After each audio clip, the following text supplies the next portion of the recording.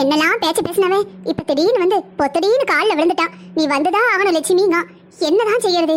என் மேல இருக்கிற பாசமா? ஆமா, பாசமாவது மண்ணாங்கட்டியாவது. என்னைக்கு அவனுக்கு என் மேல பாசம் இருந்தது? இருந்தாலும் தான் குடும்பம் நல்லா இருக்கணும் தான் சேலை எடுத்தாரே, வாயேன்னு கூப்பிடுதான். போயிட்டு ஒரு வாய் வாழ்த்திட்டு வந்தா குறைஞ்சா போறோம்.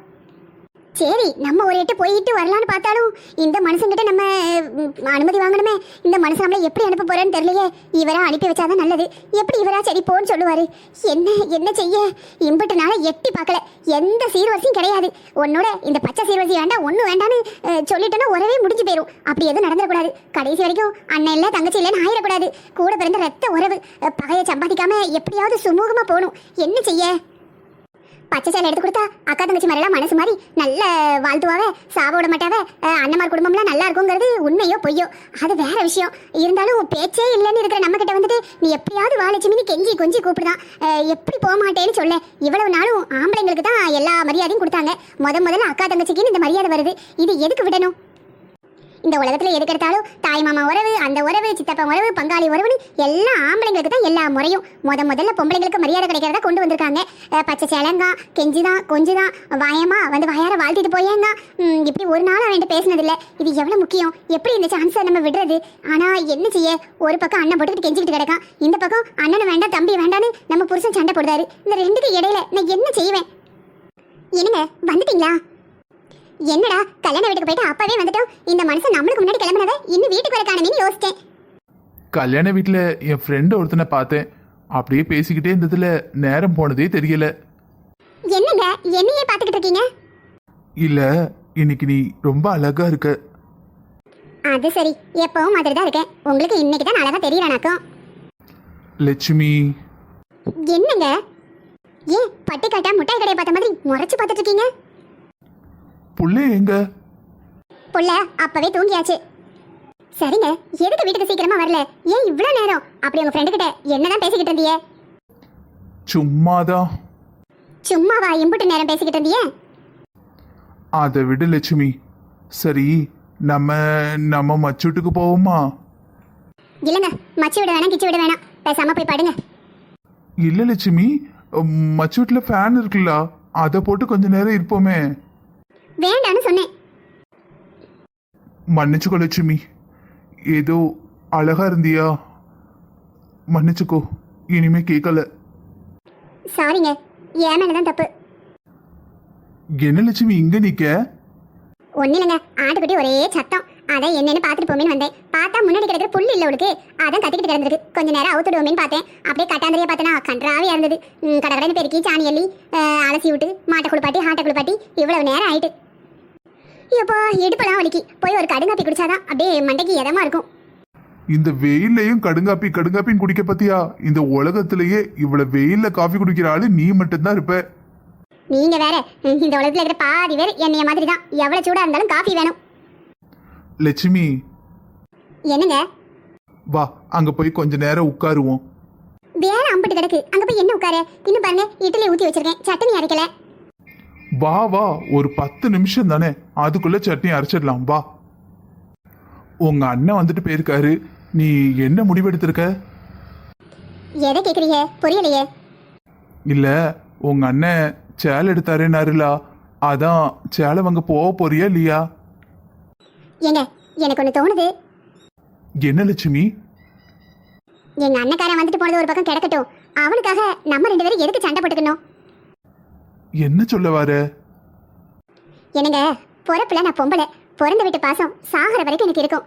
எனக்குன்னு இல்ல, பொண்ணா பிறந்த எல்லா பிறவிக்கும் இருக்கும். 1000 துரோகம் பண்ணட்டும், கூட பிறந்தவங்க விட்டு கொடுக்க எந்த பொம்பளைக்கும் மனசு வராது. ஆமா ஆமா, நீ சொல்றது நியாயம்தான். அதுக்காக நம்ம எங்க சண்டை போடணும்? நமக்கு எல்லாத்தையும் விட நம்ம ஒத்துமையா இருக்கணும். நம்ம சாகர வரைக்கும் எந்த மனஸ்தாபமும் இல்லாம ஒருத்தருக்கு ஒருத்தர் துணையா கடைசி வரைக்கும் ஒன்னா இருக்கணுங்க. கடைசியில போகிற காலத்திலயும் உங்களுக்கு நான் துணை, எனக்கு நீங்க துணை. சரியா சொன்ன. ஏங்க, நீங்க சொன்னா நான் சரின்னு சொல்லணும், இல்ல நான் சொல்றதுக்கு நீங்க சரின்னு சொல்லணும். அப்பதான் ஒத்துமையா வாழ முடியும். கொடுத்து வாங்குறதுல தானங்க குடும்ப சந்தோஷம் இருக்கு. ஒருத்தருக்கு ஒருத்தர் விட்டு கொடுத்தாதான் கடைசி வரைக்கும் சண்டை இல்லாம உறவை வாழ முடியும். ஆமா லட்சுமி. என்னதான் அவனை நினைக்கும் போது மனசு உருவினாலும் அண்ணன் உறவு பழைய உறவு. ஆனா எங்கேயோ பிறந்து எங்கேயோ வளர்ந்து நம்ம 2 பேரும் ரத்தமும் சதையுமா ஒண்ணா வாழ்றோம் பாத்தீங்களா? இதுதான் உண்மையான பாசங்க. என்ன சொல்ல வர? இல்லைங்க, இப்போதைக்கு நான் ஒரு முடிவு எடுத்திருக்கேன். நான் விட்டு கொடுத்துட்றேங்க. நீங்க சொல்றத நான் ஏத்துக்கிடுதேன். நான் என்ன சொன்னேன், நீ என்னத்தை ஏத்துக்கிடுத? எங்க இளவுக்கே வராத அண்ணன் கூட எந்த உறவும் வேண்டாம். ஒரு சேலையும் வேண்டாம், வளையலும் வேண்டாம், மஞ்ச கயிறு வேண்டாம், குண்டுமணி தங்கமும் வேண்டாம், கடைசியில அவனும் வேண்டாம், அவனோட சங்காத்தமும் வேண்டான்னு என் மனசை நான் கட்டுப்பாட வச்சுக்கிடுதே. லட்சுமி, நீ இத உன் மனசாலதான் சொல்லுதியா? ஆமாங்க, என் மனசாரதான் சொல்லுதேன். நல்லா யோசிச்சுக்கோ. நல்லா யோசிச்சாச்சுங்க. யோசிச்சுதான் அந்த முடிவு எடுத்திருக்கேன். சரி, நான் போய் இட்லிக்கு சட்னி அரைக்கேன், நீங்க சாப்பிட வாங்க. நான் அவளுக்காக விட்டு கொடுக்கலாம்னு நினைச்சேன். ஆனா அவ எனக்காக விட்டு கொடுத்துருக்கா. அண்ணன் வீட்டுக்கு போக முடியலன்னு எவ்வளவு வருத்தம் இருந்தாலும் நான் கஷ்டப்படக்கூடாதுன்னு அது காட்டிக்காம போறா. அவனை வந்து கெஞ்சி கூப்பிட்டான். இப்போ நான் வரலன்னு என்னோட திமிர காட்டிட்டேன். இதை அவன் மறக்கவே மாட்டான். நான் செத்தாலும் என் அண்ணன் என் வீட்டுக்கு வர போறதில்ல, என்னையும் கூப்பிட போறதில்ல. லட்சுமி, என்ன அவர் கூப்பிடுற சத்தம் கேக்குது? வயிறு பசிச்சிருக்குமா இருக்கும். சரி, சாப்பாடு எடுத்துட்டு போவோம். என்னன்னு கேட்டு வந்து மடி எடுத்துட்டு போவோம். அந்த வாருங்க. என்னங்க, இட்லி வச்சுட்டேன், சட்னி அரைச்சு வச்சிருக்கேன். உள்ள வரீங்களா எப்படி? சரி, நல்லா யோசிச்சிட்டியா? நான் சொல்றத ஒத்துக்கணும்னு முடிவு பண்ணிட்டியா? ஆமாங்க, அதை நான் சொன்னல, உங்க இஷ்டப்படியே நான் நடந்துக்கிட்டேன்னு. மறுபடியும் எதுக்கு அதை பத்தி பேசிக்கிட்டே இருக்கியே? பேச்ச விடுங்க, நம்ம அதை பத்தி பேசாண்டா. சரி, நான் சொல்றத நீ கேட்கணும்னு முடிவு எடுத்துட்ட. அப்ப போயிட்டு உங்க அண்ணன் கொடுக்குற எல்லா சீர்வரிசையும் வாங்கிட்டு அவி நல்லா இருக்கணும்னு வாழ்த்திட்டு வா. என்னங்க சொல்றீங்க? ஆமா லட்சுமி, உறவை காப்பாத்தணும்னா எதை வேணா விட்டு கொடுக்கலாம். பகைய கட்டி பாதுகாக்க கூடாது. நான் எவ்வளவு பாசத்துக்கு ஏங்கி இருக்கேன் தெரியுமா? என்னால வெறுப்ப மனசுல வச்சுக்கிட்டே இருக்க முடியாது. அதுல எவ்வளவு நியாயம் இருந்தாலும் சரி. எனக்கு நீயும் வேண்டாம், உன் சங்காத்தமும் வேண்டான்னு எவ்வளவு பேரு என்னை மூஞ்சில் அடிச்சாப்புல பேசியிருக்காங்க தெரியுமா? அந்த கொடுமைய நான் அனுபவிச்சிருக்கேன். புறக்கணிப்போட கொடூரத்தை நேரடியா அனுபவிச்சிருக்கேன். அந்த கஷ்டம் யாருக்கும் வரக்கூடாது, என் எதிரிக்கு கூட வரக்கூடாது. உங்க அண்ணனுக்கும் அந்த அனுபவம் வரக்கூடாது. நம்ம அவர் அப்படி நிராகரிச்சு அந்த பாவத்தை நம்ம செய்ய வேண்டாம். அப்படி என்ன சொல்றீங்க? ஆமா லட்சுமி, நிஜமாதான் சொல்றேன். பிறந்த வீட்டுக்கு போற வாய்ப்பு உனக்கு கிடைச்சிருக்கு. உனக்கு அவ்வளவு அநியாயம் பண்ண உங்க அண்ணன் திருந்துறதுக்கும் அதை நினைச்சு உள்ளுக்குள்ளேயே உருகிக்கிட்டு மருகிக்கிட்டு ஐயோ நம்மளுக்கு என்ன நடக்குமோன்னு பதறிக்கிட்டு கிடக்காரு. நீ போய் வாங்கிட்டு வந்தா அவங்களுக்கும் கொஞ்சம் நிம்மதியா இருக்கும். அவங்க கேட்குற ஆசீர்வாதத்தையும் நீ கொடுத்துரு. அப்படி ஒரு மரியாதை உனக்கு கிடைச்சா எனக்கும் பெருமை தானே.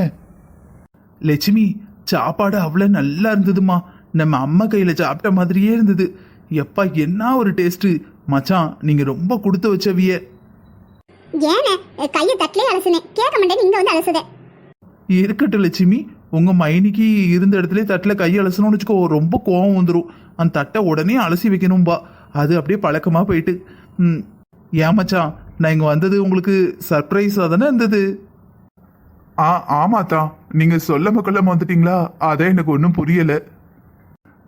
நீங்க தான் ஷாக் ஆயிருப்பீங்க. என் தங்கச்சிலாம் ஷாக் ஆக மாட்டா. அவளுக்கு நீ ஏற்கனவே வரப்போறது தெரியும். அதான் என் தங்கச்சி எனக்கு பிடிச்ச மட்டன் குழம்பு வச்சிருக்கா. உங்களுக்கு சர்ப்ரைஸ் கொடுக்கணும்னு தான் நானும் என் தங்கச்சி உங்கள்கிட்ட சொல்லாம ரகசியமா வச்சிருந்தோம்.